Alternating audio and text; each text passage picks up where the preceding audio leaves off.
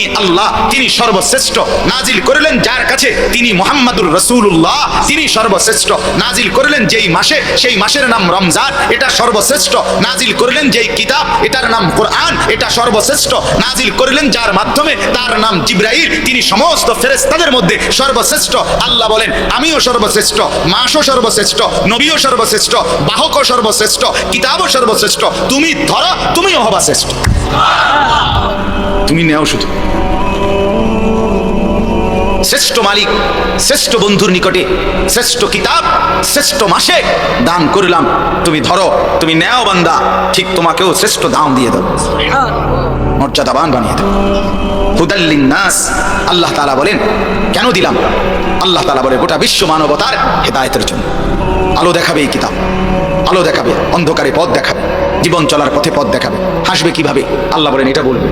কাঁদবে কিভাবে? এই কিতাব বলবে। চলাফেরা করবে কিভাবে? এই কিতাব বলবে। লেনদেন করবে কিভাবে? এই কিতাব বলবে। স্ত্রী সংসার করবে কিভাবে? এই কিতাব বলবে। রাত কাটাবে কিভাবে? এই কিতাব বলবে। দিন কাটাবে কিভাবে? এই কিতাব বলবে। উপার্জন করবে কিভাবে? এই কিতাব বলবে। কোনটা খাবে আর কোনটা খাবে না এই কিতাব বলে দিবে। কোনটা করবে আর কোনটা করবে না এই কিতাব বলে দিবে। এক এক নিঃশ্বাস দিক নির্দেশনা দিবে এই কিতাব। এজন্য নাজিল করেছি। কোথাও যায় না বান্দা, আমার কিতাবের কাছেই আমার রাসূল পাঠিয়েছি, তিনি একটা একটা করে বুঝায়।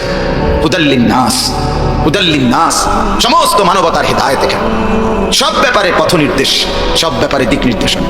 অতএব তুমি কেন কেন আল্লাহর কোরআন বাদ দিয়ে সাজতে গেলা, হাসতে গেলা, কাঁদতে গেলা, চলতে গেলা, উঠতে গেলা?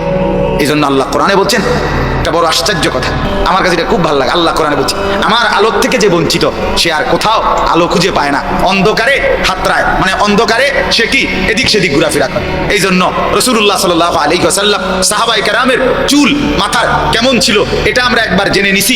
এরপরে আজ 42 বছরে এই এক আইটেমে চুল কাটতেছি। তুমি যখন এটা ছাড়ছো, এইবার তোমারে চুল লইয়া নাফিজ যা করতে আছে তুমিই দেখতে আছো। তোমারে গত মাসে কয় এদিকে হালাইয়া দেন, ফেব্রুয়ারিতে কয় এদিকে হালাইয়া দেন, মার্চে গেলে কেউ মাঝখান দিয়ে হালাইয়া দেন। মানে কি করবে? তোমারে লইয়া একটা নাচতে আছে আর কি। কারণ তুমি যখন আল্লাহ থেকে বঞ্চিত হইলা, রাসূল থেকে বঞ্চিত হইলা, কোরআন থেকে বঞ্চিত হইলা, এবার আর আলো পাইলা না, আর আলো পাইলা। আমি সেই ছোটবেলায় লুঙ্গি পরছি, পাঞ্জাবি পরছি, গেঞ্জি গায়ে দিছি, টুপি মাথায় দিছি।